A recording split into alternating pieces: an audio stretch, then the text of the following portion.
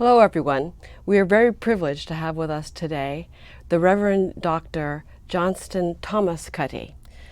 Professor Thomas Cuddy is the Associate Professor of New Testament Studies at the Union Biblical Seminary in Pune, India. He is currently a Global Research Institute scholar working on a new book titled Didymus Judas Thomas, New Testament, Apocrypha, and Historical Traditions. Professor Thomas Cuddy is the author of 3 books and more than 50 articles. His interests cover New Testament theology, cultural studies and interpretation, and the connection, forming a bridge between East and West. You may be very interested to know that Professor Thomas Cuddy has a Facebook site called New Testament Scholarship Worldwide. He is also a biblical teacher at the grassroots and working with churches. He has kindly agreed to talk with us today about Christianity in India. We've asked him to talk in particular about 3 general areas. The first is to tell us something about the history of Thomas Christianity, how it came to India, and what its early roots and character are.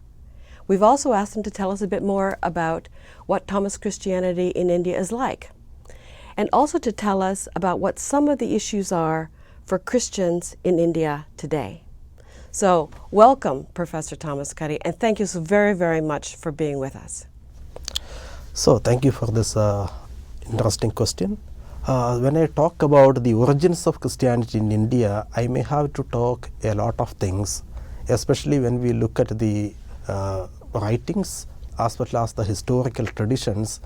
We can see that the Christian presence was strongly there in India from 6th century AD. That means the liturgical traditions that are brought from the Syrian context that are strongly convincing that Christian presence was strongly there. But when we take all these historical documents and writings, we can trace all these back to Apostle Thomas himself and to AD 52 itself. And he came to Kodungalur, a place called Muziris. That was the name of that city on those days. And he was propagating the gospel of Jesus to the communities there. And it is some traditions state that there was a Jewish community. And these things are mentioned in the writings of Eusebius, Jerome, and various other church fathers and traditions. The Acts of Thomas also makes it clear that Thomas came to the Parthian side. Okay. On the basis of the Acts of Thomas, we can come to different conclusions. Thomas would have come to the northwestern part of India, that is the Parthian side of the world, and he would have also come to the southern part of. So what I believe is that Thomas would have extensively traveled all through India while he was in India. So in that way he would have covered a major part of the Indian subcontinent. So in that way his presence was felt among various walks of people, including the surrounding countries like Pakistan and China, Burma, and other provinces. There is no other claim from any other part of the world that Thomas went there. It is the only Indian tradition. It is the only Indian tradition that firmly affirms that Thomas came to India, especially the Indian subcontinent, at the early stages of the 1st century. So in that way, I strongly believe that Thomas came to India and Thomas established the churches, and in that way the St. Thomas tradition is still continuing in the country. But all through the history, Thomas was totally abnegated, that is categorically abnegated as a doubting Thomas or a person of unbelief. But what I strongly believe is that when we read the Johannine traditions, Thomas is the significant person because he is the only one who calls Jesus God directly. So the Johannine narrator places Thomas strategically. Because at the beginning of the gospel we see that the narrator says, in the beginning was the Word was with God, and the Word was God. In that way, he is stating that Jesus himself was God, the Word was God. So that comes out convincingly through the mouth of Thomas toward the end of the gospel. So in that way, there was an inclusion formed between these two statements. So in that way, Thomas is placed toward the end of the gospel strategically by the narrator. So I am trying to find a linkage between the Johannine narratives and the Indian traditions. And of course, as a person who believes that Thomas came to India in the 1st century on the basis of the church fathers' traditions and the writings and the traditional views and the continuing presence of Thomas Christianity in India. And I would like to see a linkage between the Johannine traditions and the Indian traditions.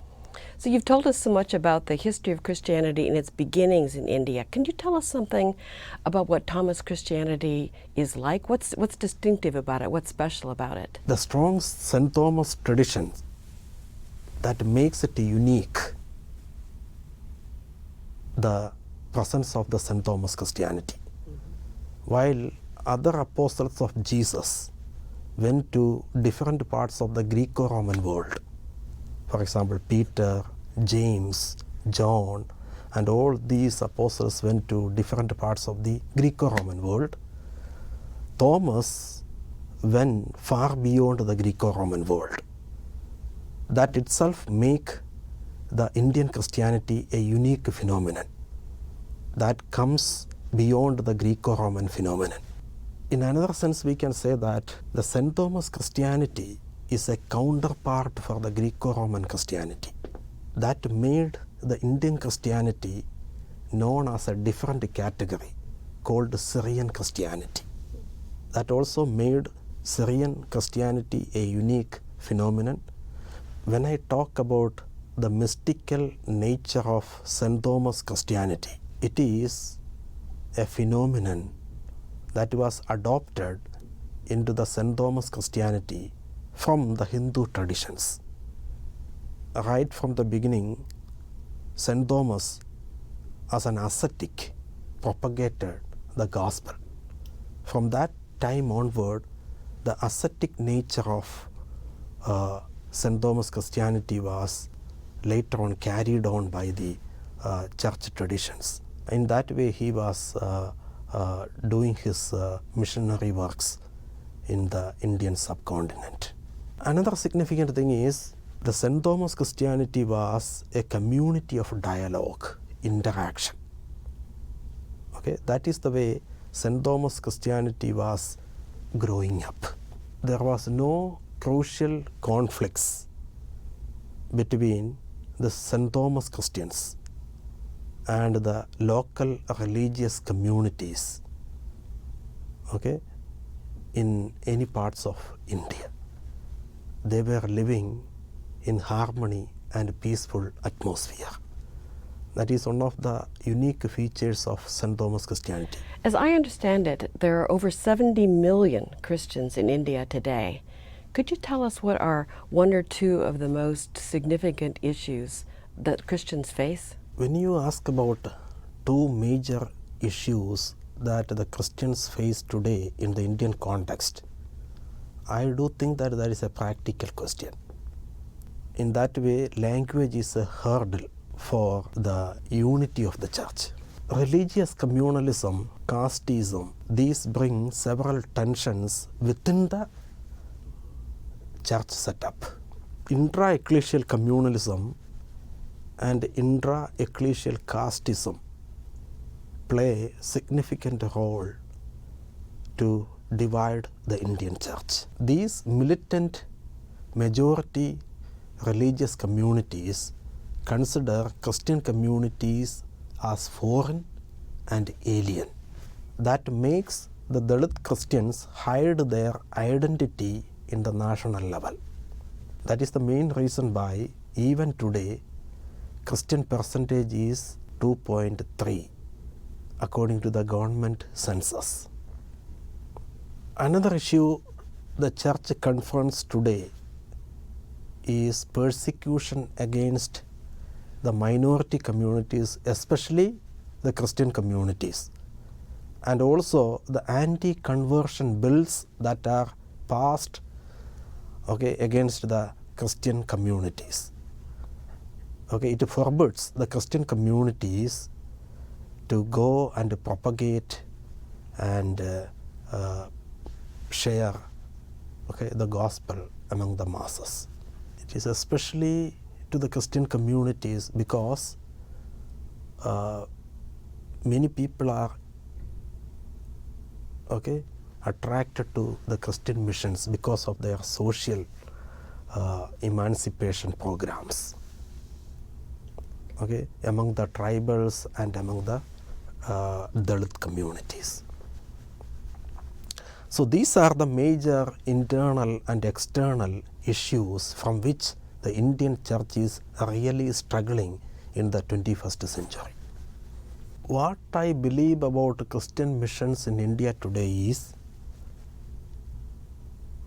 not only because of the readings from several sources, but also because of my own eyewitness. The Christian community is rapidly growing in the Indian scenario. Why I said like that is because when I go to even the remote Indian villages, I see Christian presence. I could see that many of the tribal or Dalit communities are being converted to Christianity massively. Even in the face of all these challenges, as far as my knowledge is concerned, in India, St. Thomas Christianity stands out as an agent of mission to the rest of India and even beyond India. And also, St. Thomas Christianity is very keen about the Christian education programs, especially among the children and the youths. I myself, as a person, grown up through that tradition. So in that way, I am very happy and pleasant to talk about my own tradition. Thank you very much.